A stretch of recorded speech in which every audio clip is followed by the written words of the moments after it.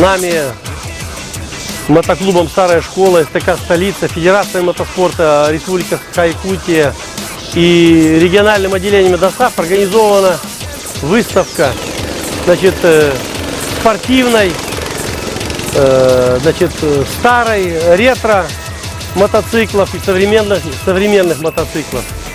Значит, выставка прошла достаточно удачно. Было очень много зрителей, было много вопросов, на которые мы сумели ответить. Выставка проводилась в истории не только города Якутска, но и всей Якутии впервые. Ну, надеемся проводить ее ежегодно. Значит, будем показывать новые старые образцы, которые появятся у нас. То есть старые образцы, но уже обновленные, значит, образцы новой спортивной техники будем показывать. Значит, по рекомендации зрителей, значит, вот, будем проводить какие-то консультации, значит, по вождению мотоциклов, потому что техника очень серьезная. Значит, будем инструктировать по желанию, ну и взаимодействие, так сказать, с почитателями в обязательном порядке.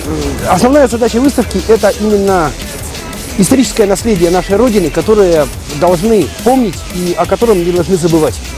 Именно подрастающее поколение, именно те, кто не застал их у своих родителей, у своих дедов, и которые уже не застали ту эпоху, когда эти мотоциклы были единственными, что было в нашей стране.